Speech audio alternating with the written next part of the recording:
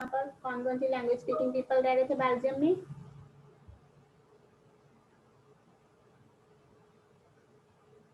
बोलो बेटे,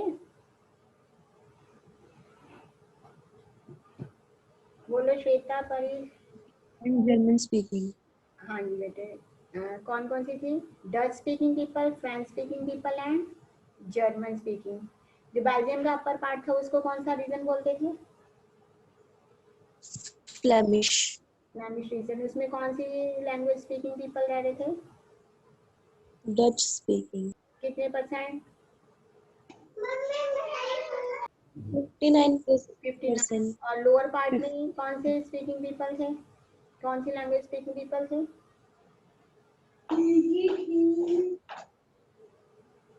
बोलो, आंसर दो बेटे जल्दी से ताकि आगे करें हम। वैल्यून French speaking. Ma'am French speaking. कितने परसेंट? Ma'am French speaking. कितने परसेंट बेटे? फ्रेंच स्पीकिंग, फ्रांस की फ्रेंच स्पीकिंग कितने परसेंट?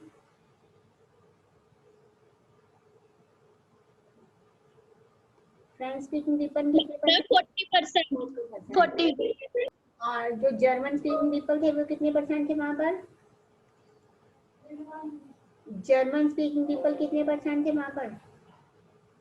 मैम 40%। जर्मन बेटे, जर्मन। मैम 1%।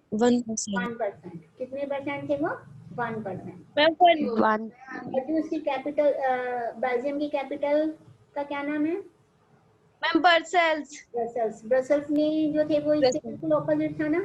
ब्रसल्स में कौन से वे पीपल ज्यादा थे? 80% फ्रेंच स्पीकिंग और 20% जो थे वो जर्मन स्पीकिंग थे। लेकिन फ्रेंच स्पीकिंग पीपल ज्यादा पावरफुल भी थे और रिच भी थे। लेकिन वहां पर उन्होंने जो था वो इसको पावर्स को, इसको हम आज देखेंगे अकोमोडेशन कैसे की थी उन्होंने, डिस्ट्रीब्यूशन कैसे किया था। लेकिन दूसरी हमने कंट्री के बारे में पढ़ा था श्रीलंका में। श्रीलंका का एथनिक कंपोजिशन क्या था? वहां पर कौन कौन सी लैंग्वेज स्पीकिंग पीपल थे? मेजोरिटी लैंग्वेज स्पीकिंग पीपल कौन से थे वहां पर? कौन सी लैंग्वेज बोली जाती थी मेजोरिटी में? सिंहाला। सिंहाला। और दूसरी लैंग्वेज कौन सी थी? मैम तमिल। तमिल। तमिल में भी दो तरह के थे, इंडियन बेस्ड तमिल थे और श्रीलंकाई तमिल थे। और जो सिंहाला पीपल थे वो 80%, बाकी 73% और बाकी जो 18% जो थे वो दूसरे थे, लैंग्वेज स्पीकिंग पीपल थे। और जो सिंहाला थे वो बौद्ध धर्म को भी मानने वाले थे। दूसरे जो तमिल थे वो हिंदू भी थे और मुसलमान भी थे और कुछ क्रिश्चियंस भी थे। उसके बाद हमने जो कल पढ़ा था कि आज हमने जो पढ़ना वो है अकोमोडेशन इन बेल्जियम। कि बेल्जियम में जो था वो इतने लैंग्वेज, जो 3 लैंग्वेज स्पीकिंग पीपल हैं उनको पावर्स को कैसे अकोमोडेट किया। हमने पीछे देखा था ना स्टार्टिंग में 1960 से लेकर वहां पर जो था वो 1970 तक काफी झगड़े हुए, 10 साल जो थी वो उनके बीच में काफी कंफ्लिक्ट चलते रहे। फिर बेल्जियम की गवर्नमेंट ने, बेल्जियम के लोगों ने कैसे डिसीजन लिया कि उस कॉन्फ्लिक्ट को उन्होंने खत्म किया। The Belgium leaders took a different path. They recognize the existence of the regional differences and cultural diversities between 1970 and 1993. कहते बेल्जियम ने जो था एक अलग रास्ते को चुना। उन्होंने क्या किया बेटे, जो रीजनल डिफरेंसेस थे, जो कल्चरल डिफरेंसेस थे 1970 से 93 के बीच में जो वहां पर इतने झगड़े हो रहे थे, दे अमेंडेड देयर कॉन्स्टिट्यूशन 4 टाइम्स। इसको अंडरलाइन करो। वहां पर जो था वो कॉन्स्टिट्यूशन में कितनी बार अमेंडमेंट्स हुई 1970 से लेकर 1993 के बीच में? 4 टाइम वहां पर अमेंडमेंट्स की गई। किस लिए की थी उन्होंने amendment? Their constitution 4 times so as to work out an arrangement that would enable everyone to live together within the same country. उन्होंने क्या किया बेटे, कैसे अरेंजमेंट कर दिए उन्होंने कि देश में रहने वाले सभी लोगों को जो है वो अरेंजमेंट्स में बराबर यानी कि इक्वल राइट्स दिए गए सभी को। The arrangement they work out is different from any other country and is very innovative. उन्होंने जो वहाँ पर अमेंडमेंट्स की वो बहुत डिफरेंट थी और बहुत ही ज़्यादा इनोवेटिव थी। Here are some of the elements of the Belgium models. ये क्वेश्चन आ सकता है बेटे आपको 3 मार्क्स में, 5 मार्क्स में। Explain the Belgium model. Belgium model की को एक्सप्लेन करो। क्या था बेल्जियम मॉडल, क्या था बेटे उसमें? देखो उसमें उन्होंने फर्स्ट पॉइंट क्या किया था, constitution prescribes that the number of Dutch and French speaking ministers shall be equal in the central government. क्या किया उन्होंने बेटे, उन्होंने सेंट्रल गवर्नमेंट में क्या कर दिया, फ्रेंच स्पीकिंग और डच स्पीकिंग पीपल को इक्वल काउंटिंग कर दी। यानी कि 50% उसमें होंगे डच स्पीकिंग पीपल होंगे और 50% जो है वो फ्रेंच स्पीकिंग पीपल होंगे। जैसे हमने ब्रसल्स में देखा था ना बेटे, ब्रसल्स में आपको ध्यान हो, ब्रसल्स में आप लोगों ने देखा था ना कि ब्रसल्स में क्या था, फ्रेंच स्पीकिंग पीपल की पॉपुलेशन ज्यादा थी, 80% थे, और 20% डच स्पीकिंग पीपल थे। लेकिन उन्होंने सेंटर में क्या कर दिया उसकी कैपिटल में कि इक्वल स्पीकिंग पीपल को इक्वल मिनिस्टर्स होंगे। अगर वहां पर पार्लियामेंट बनेगी तो अगर 50% डच स्पीकिंग है तो 50% जो है वो फ्रेंच स्पीकिंग पीपल होंगे। Some special laws require to support the majority of members from each linguistic group. Thus, number of single community can make decisions अनइलिटली। कहते हैं वहां पर क्या होगा, उनकी जो माइनॉरिटी और मेजोरिटी ग्रुप्स की जो मिनिस्टर्स की जो काउंटिंग होगी वो इक्वल होगी, सभी को इक्वल राइट दिए जाएंगे। सेकंड पॉइंट है, many power of the central government have been given to the state government of the 2 regions of the country. कहते बहुत सारी पावर जो थी वो सेंट्रल गवर्नमेंट से लेकर किसको दे दी गई, स्टेट गवर्नमेंट को दे दी गई। 2 रीजन्स ऑफ द कंट्री कौन कौन से थे, the state government are not subordinate of the central government. जो स्टेट गवर्नमेंट है वो सेंट्रल गवर्नमेंट की सबॉर्डिनेट नहीं करेगी। जैसे हमारे यहाँ इंडिया में है ना बेटे, स्टेट गवर्नमेंट जो है वो सेंट्रल गवर्नमेंट के ऑर्डर्स को फॉलो करती है, उनके ऑर्डर्स को मानती है। आपने देखा ना ड्यूरिंग लॉकडाउन जैसे सेंट्रल गवर्नमेंट के जो ऑर्डर्स थे वो स्टेट गवर्नमेंट सब मान रही थी, देखा ना आप लोगों ने अभी रिसेंटली। आंसर तो बेटे यस मैम। लेकिन वहां यस पर मैम। सेंट्रल गवर्नमेंट जो है वो central government has been given, कुछ जो पावर्स जो थी वो सेंट्रल गवर्नमेंट ने स्टेट गवर्नमेंट को दे दी। स्टेट गवर्नमेंट अपनी मर्जी से जो थी वो डिसीजन ले सकती थी। उसके बाद थर्ड पॉइंट है, Brussels has a separate government. Brussels क्या बेल्जियम की कैपिटल है, वहां पर अलग गवर्नमेंट थी in which both the communities have equal representative. अभी मैंने बताया था ना आपको, फ्रेंच और डच स्पीकिंग पीपल्स की इक्वल रिप्रेजेंटेटिव थे।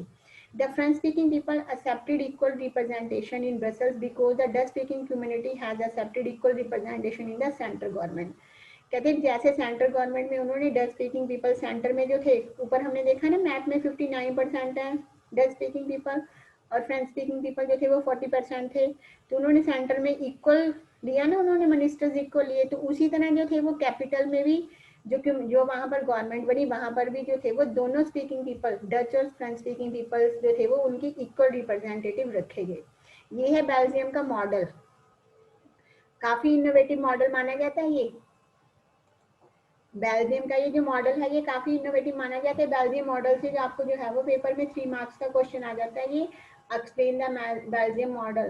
तो इसमें आपको ये तीनों पॉइंट लिखने होंगे। फर्स्ट पॉइंट क्या था बेटे आपका, क्या था first point, Constitution prescribes that the number of Dutch and French-speaking ministers shall be equal in the central government. ये आपका फर्स्ट पॉइंट बन गया। सेकंड पॉइंट क्या है, many powers of the central government have been given to the state government. बहुत सारी power जो है वो सेंट्रल गवर्नमेंट से लेकर स्टेट गवर्नमेंट को दी गई। और थर्ड पावर क्या है, Brussels has a separate government in which both the communities have equal representation. और थर्ड पॉइंट है आपका ब्रसल्स में जो कि उसकी कैपिटल मानी जाती है, वहां पर इक्वल रिप्रेजेंटेशन थी फ्रेंच स्पीकिंग की भी और आपके डच स्पीकिंग पीपल के भी। क्लियर हुआ बेटे आपको ये अकोमोडेशन ऑफ बेल्जियम या बेल्जियम मॉडल क्लियर हुआ बच्चे? जल्दी से आंसर दिया करो, हर बार बोलना पड़ता है, यस नो बोलो। Yes ma'am. अब आगे करें। Yes ma'am. आगे यस मैम। एक इसमें देखो ये बेटे ग्लोसरी में वर्ड आया हुआ सिविल वार। मैंने आपको ग्लोसरी में जितने भी वर्ड आते हैं ना बेटे इनको नोट कर लिया करो, ये 1 मार्क्स का क्वेश्चन आ जाता है। हर चैप्टर में जो है वो आपको ग्लोसरी बनी मिलेगी। आप जब अपना चैप्टर स्टार्ट करते हो तो चैप्टर से पहले ग्लोसरी लिखा करो।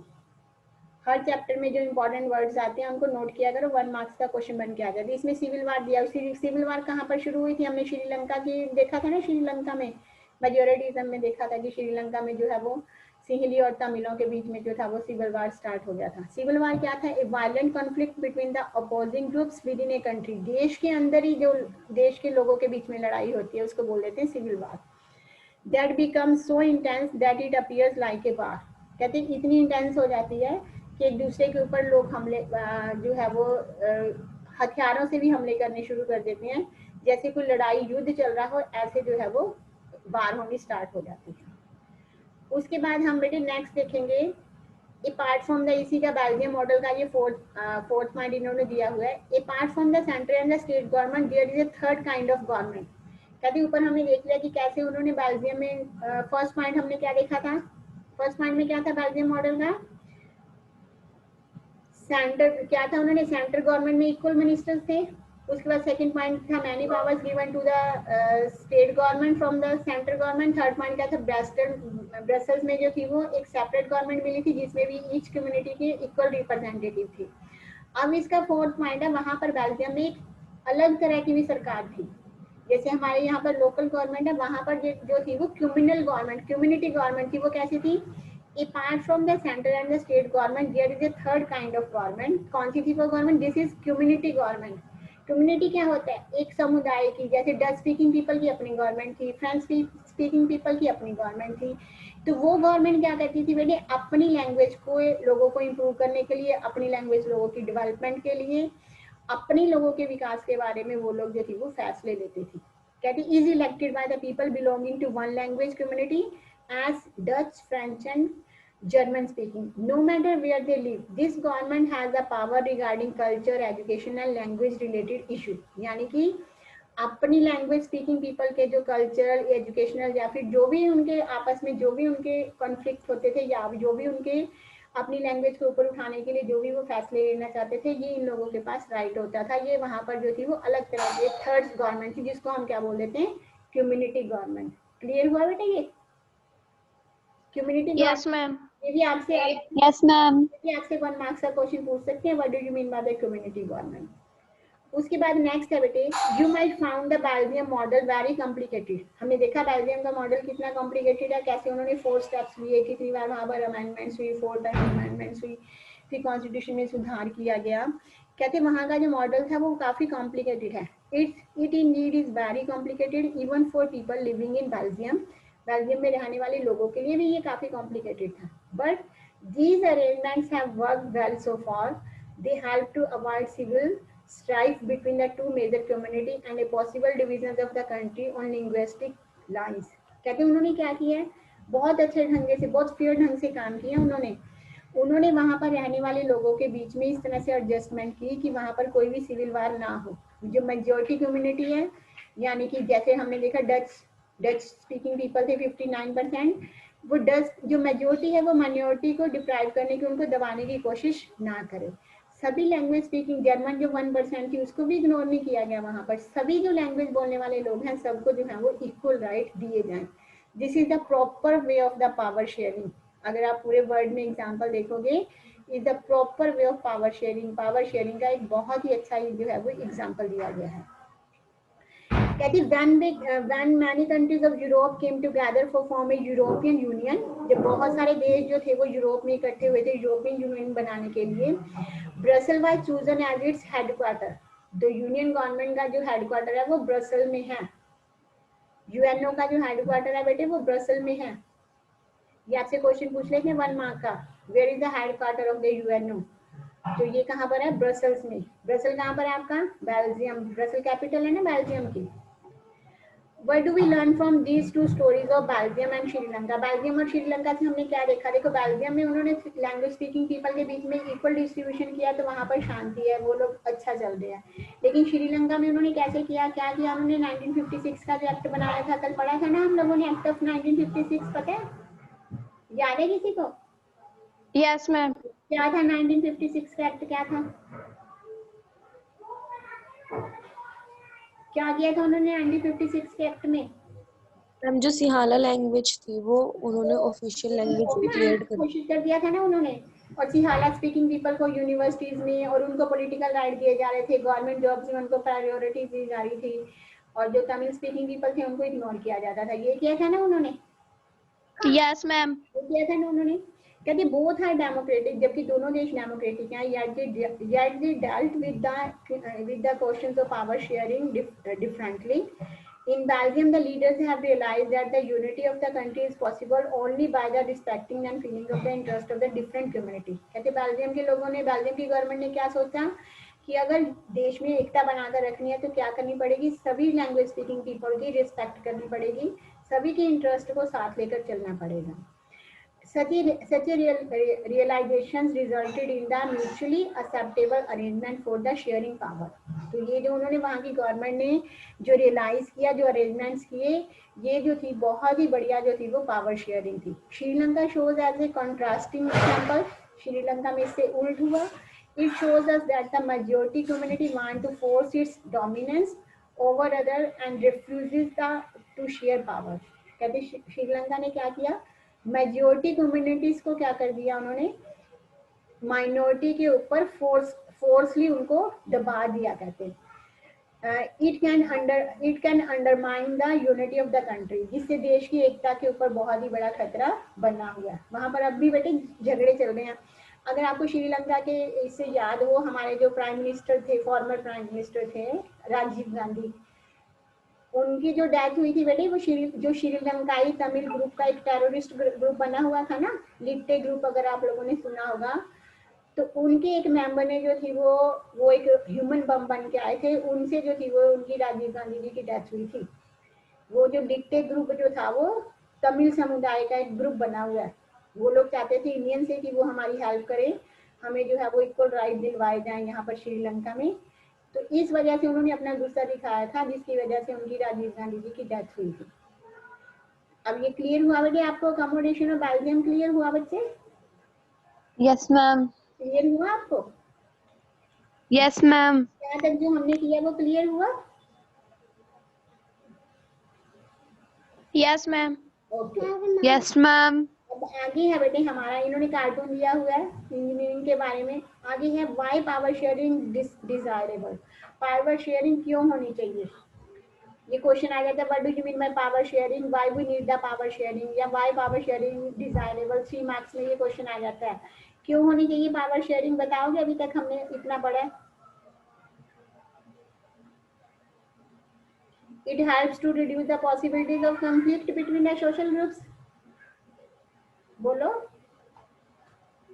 ये सोशल ग्रुप्स में कॉन्फ्लिक्ट को जो है वो रिड्यूस करते हैं ना, अगर इक्वली पावर शेयरिंग होगी. बोलो बच्चे, साथ के साथ आंसर दिया करो. Yes, ma'am. Why power sharing desirable? Because thus two different sets of reasons can be given in the favor of power sharing. क्या दिए reasons power sharing क्यों होनी चाहिए? First है, power sharing is good because it helps to reduce the possibilities of conflict between the social groups. ये first point है, इसको underline करो. कहते हैं ये क्या करती है, सोशल ग्रुप्स के बीच में होने वाले कॉन्फ्लिक्ट्स को दूर करती है अगर इक्वली पावर्स डिवाइड होंगी. Since social conflicts often leads to violence and political instability. अगर कहते हैं वहाँ पर सोशल कॉन्फ्लिक्ट होंगे तो क्या हो जाएगा, वायलेंस होगी, हिंसा होगी देश में, और पॉलिटिकल इंस्टेबिलिटी, राजनीतिक अस्थिरता हो जाएगी. Power sharing is good way to ensure the stability of political order. ये आपका सेकंड पॉइंट बन जाएगा बेटे. क्या करती है, it is good way to ensure the stability of political order. Political order को स्टेबल बनाने में भी जो है वो पावर शेयरिंग काफी ज्यादा हेल्प करती है. ये 2 पॉइंट बनते हैं, why we need the power sharing या why power sharing is desirable. उसके बाद है बेटे imposing the will of majority community over other may look like an attractive opinion in the short run, but in the long run it undermines the unity of the nation. कहते एक समय के लिए हो सकता है कि मेजोरिटी ग्रुप जो है वो डोमिनेट होए, माइनॉरिटी को दबाए. ये कुछ समय के लिए तो अच्छा लग सकता है, लेकिन इन द लॉन्ग रन ये क्या होगा बेटे, इसकी वजह से जो है वो झगड़े ही होंगे देश में. इसकी वजह से देश की एकता जो है वो खराब ही होगी.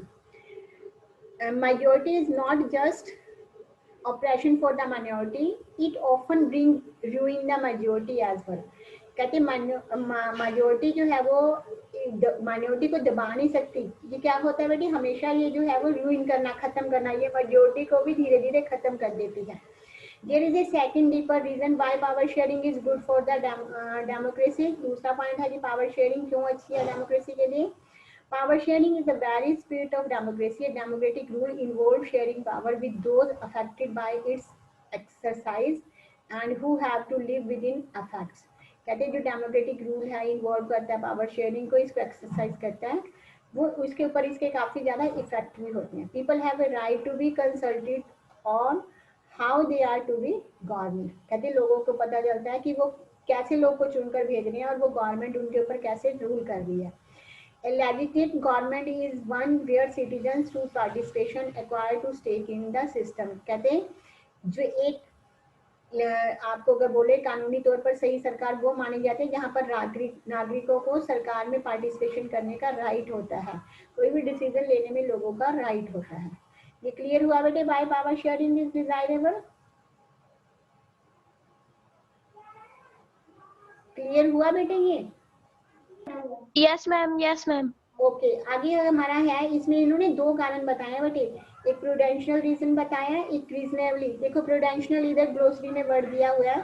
प्रूडेंशियल क्या होता है? बेस्ड ऑन द प्रूडेंस और on careful calculation of gains and losses. यहाँ पर लाभ और हानि को देखकर जो है वो हम कोई भी डिसीजंस लिए जाते हैं, कोई भी फैसले लिए जाते हैं। Prudential decisions are usually contrasted with decision based purely on moral consideration. नैतिकता के ऊपर आधारित होते हैं, कहते हैं कि मॉरल कंसिडरेशन के ऊपर आधारित होते हैं जो भी इसमें जो है वो युक्तिपूर्वक कार्य बोल देते हैं, जो भी इसमें जो डिसीजंस लिए जाते हैं।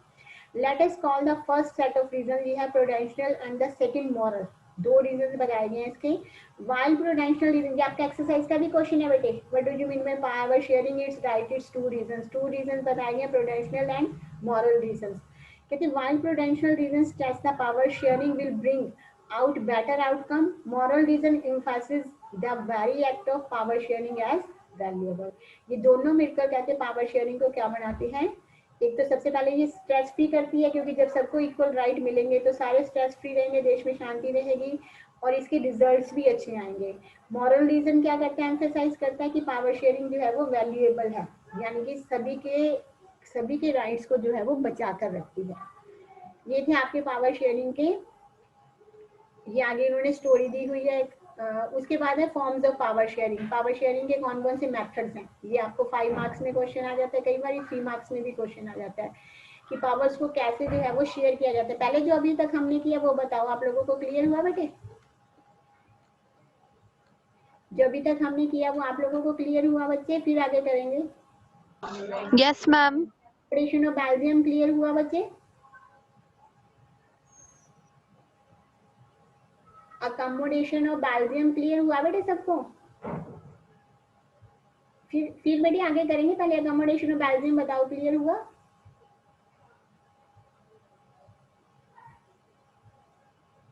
जवाब दिया करो बेटे। आई सी। Yes, ma'am. Okay very good. अब हम आगे कर रहे हैं सिस्टम्स ऑफ पावर शेयरिंग के कौन कौन से मेथड्स हैं, कैसे how the power is shared between the peoples. Power जो है वो लोगों के बीच में कैसे शेयर की जाती है, या हर देश में कौन कौन से फॉर्म्स हैं पावर शेयरिंग के। The idea of power sharing has emerged in opposition to the notions of undivided political power। कहते हैं जो पावर शेयरिंग का है ये क्या करती है? ओपोजिशन में और सभी के लोगों में जो है वो पॉलिटिकल पावर्स को गलत लोगों के हाथ में जाने से बचाती है, इक्वली डिवाइड की जाती है powers. For a long time, it was believed that all powers of a government must reside in one person or group of person located at the place।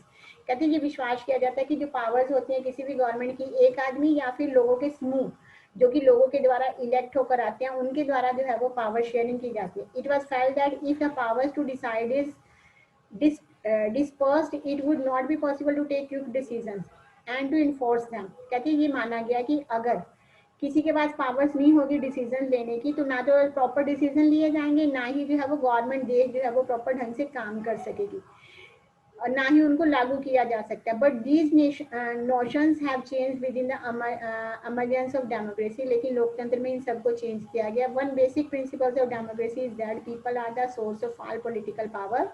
लोग जो हैं कहते हैं सबसे बड़ा सोर्स है पॉलिटिकल पावर्स का। In a democracy people rule themselves through institutions of the self government. कहते हैं लोग जो है वो इंस्टीट्यूशन के थ्रू जो है वो सेल्फ गवर्नमेंट का काम करते हैं, जो हम अपने रिप्रेजेंटेटिव भेजते हैं उनके द्वारा जो है वो सरकार चलाई जाती है। In a good democratic government due to respect is given to the diverse groups and views that exist in the society. Everyone has a voice in the shaping of the public policies. सभी के पास कहते हैं कोई भी public policies जो बनती हैं उनको चलाने का राइट होता है उनके पास, उनमें बोलने का, उनमें इंटरफेयर करने का पूरा राइट होता है। Therefore, it is follow that a democratic political power should be distributed among as many citizens as possible. In modern democracies, power sharing arrangement can take many forms. Let us look of some। देखो सबसे पहले आपकी जो format, आपका जो सबसे पहले power sharing का है पार्ट है वो power is shared among different organ of the government. आपने क्लास 8 में पढ़ा था बेटे ऑर्गन ऑफ द गवर्नमेंट, बताओगे कौन से थे? Organ of the union government, flow chart भी बना हुआ था आपका चैप्टर नंबर 17 अगर आपको ध्यान हो। ऑर्गन ऑफ द गवर्नमेंट बताओगे कौन कौन से थे? 3 ऑर्गन पढ़े थे, कुछ ध्यान है?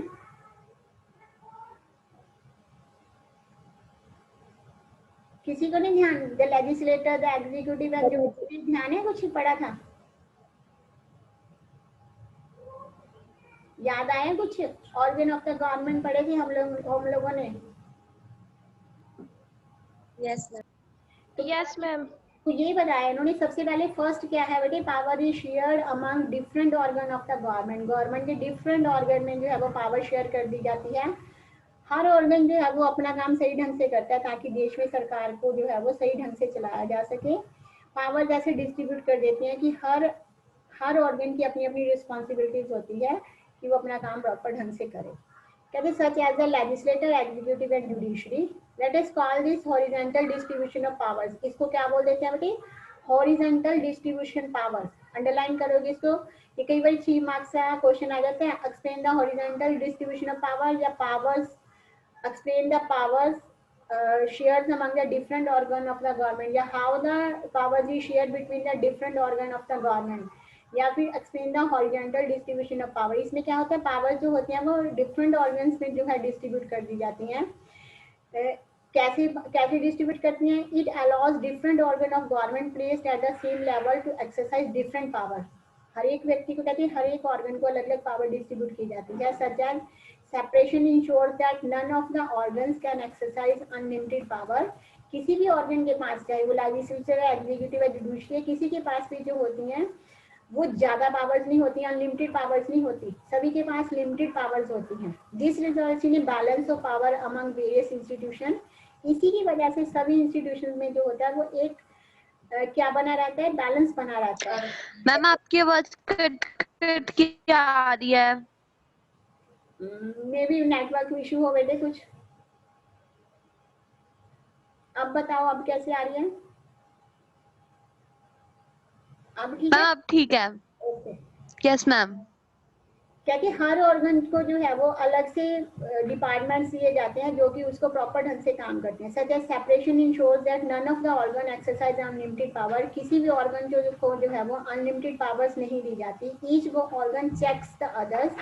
हर ऑर्गन जो है वो दूसरे के ऊपर कंट्रोल रखता है, जैसे लेजिस्लेचर एग्जीक्यूटिव के ऊपर, एग्जीक्यूटिव लेजिस्लेचर के ऊपर, जुडिशरी जो है वो एग्जीक्यूटिव और लेजिस्लेचर दोनों के ऊपर कंट्रोल रखती है। This result in a balance of power among various institution. Last year we studied in the democracy, even though ministers and government official exercise powers, they are responsible to the parliament or state assemblies. Similarly, although judges are appointed by the executive, they can check the functioning of executive on law made by the legislature. This arrangement is called a system of check and balance. इसको बेटे check and balance system भी बोल देते हैं। Power distributed between a check and balance system, कि हर system जो है वो लेजिस्लेटिव एग्जीक्यूटिव को अपॉइंट करता है, एग्जीक्यूटिव जो है वो जुडिशरी को अपॉइंट करती है, फिर तीनों एक दूसरे के ऊपर जो है वो कंट्रोल भी रखते हैं। ये सारे जो है वो एक दूसरे के ऊपर कंट्रोल भी रखते हैं। तो इस तरह से ये जो है ये हमारा कौन सा हो गया बेटे सिस्टम? पावर शेयरिंग का फर्स्ट सिस्टम कौन सा है? हॉरिजॉन्टल सिस्टम, या फिर इसको क्या बोल देते हैं? Power distributed among the organs of the government, या फिर इसका थर्ड नेम अब आपका क्या हो गया? Check and balance system. क्या बोलोगे आप? थर्ड सिस्टम इसका कौन सा हो गया बेटे? कौन सा हुआ थर्ड सिस्टम इसका? Check and balance system. Clear हुआ? ये आपको फर्स्ट पावर शेयरिंग का फर्स्ट पार्ट क्लियर हुआ बेटे? अब हमारा सेकंड है power can be shared among the government of different level. अब गवर्नमेंट के डिफरेंट लेवल के बीच में हमारे देश में बताओगे गवर्नमेंट के डिफरेंट लेवल कौन कौन से हैं? ध्यान है कुछ? Ma'am central level, very good, state level, very good, and local government, ये लेवल है ना। तो इसी तरह कहते हैं पावर जो है वो Yes, ma'am. डिवाइड कर दी। Very good. Power can be shared among government of different level. कौन कौन सी हैं? एक general government for the entire country, पूरे देश के लिए एक गवर्नमेंट होती है, and government at the provincial और रीजनल लेवल, पूरे देश के लिए, जैसे हमारे यहाँ पर सेंट्रल गवर्नमेंट है, फिर स्टेट के लिए जो है वो स्टेट गवर्नमेंट है, फिर लोकल गवर्नमेंट है जो गाँव में या टाउन्स में, शहरों में होती है। कहते हैं at the provincial or regional level, such a general government for the entire country is usually called federal government. In India, we refer to it as a central or union government. उसके बाद है the government at the provincial और regional level are called the different names of the different country. जो कहते हैं state government है वो हर देश में जो है इसको अलग नाम दिया जाता है। इन इंडिया में हमारे क्या है, we call the state government. This system is not followed in all countries. सभी कंट्रीज में ये सिस्टम फॉलो नहीं होता।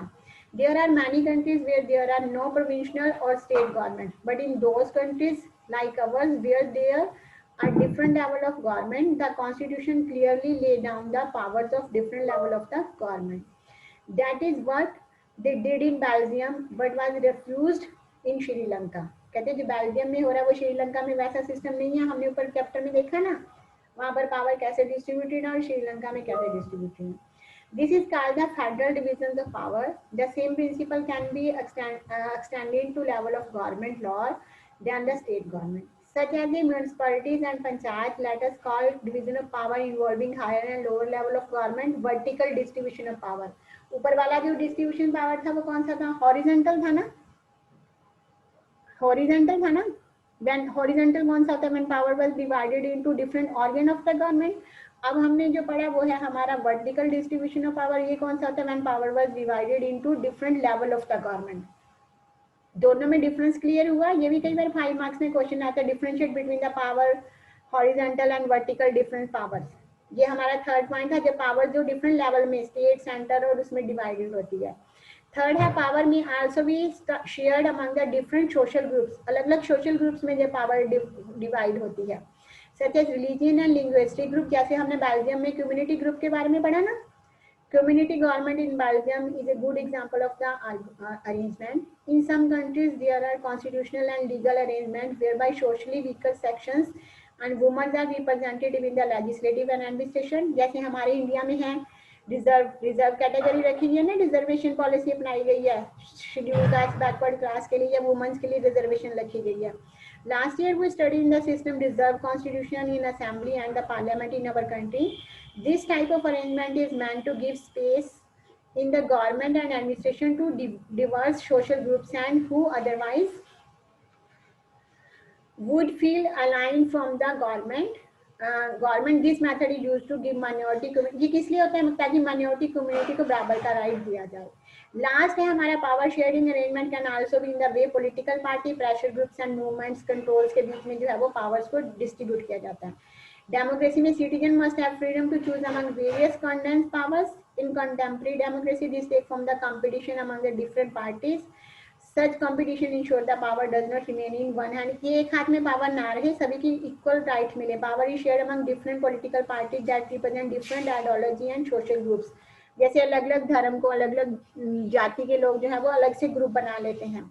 When two or more parties form an alliance, दो या दो से दो पार्टियां मिलकर जब अलायंस बनाती है, कॉन्टेस्ट इलेक्शन लड़ती हैं, in their alliances elected they form a coalition government। ये भी आप लोग पढ़ते आ रहे हो क्लास 8 से। What do you mean by coalition government?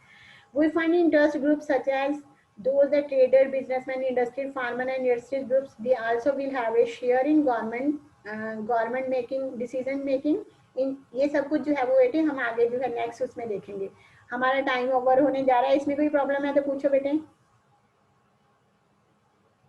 Power sharing clear हुई? फर्स्ट हॉरिजॉन्टल, सेकंड वर्टिकल और तीसरा जो है वो हमारा कम्युनिटी गवर्नमेंट और फोर्थ जो था वो हमारा कौन सा था, power political party pressure groups या फिर कोलिशन गवर्नमेंट वगैरह जो बनाई जाती है। इस तरह से जो है वो पावर डिस्ट्रीब्यूटेड होती है 4 पार्ट्स में। अलग अलग देश में अलग अलग ढंग से डिस्ट्रीब्यूट होती है। इसमें बेटे कोई प्रॉब्लम है तो पूछो, नहीं तो हमारा चैप्टर ये कंप्लीट हुआ। इसके क्वेश्चन आंसर जो है वो कल मैं आपको सेंड कर दूंगी। बोलो बेटे इसमें कोई प्रॉब्लम जल्दी से। No ma'am. कर लोगे इसको? Yes ma'am.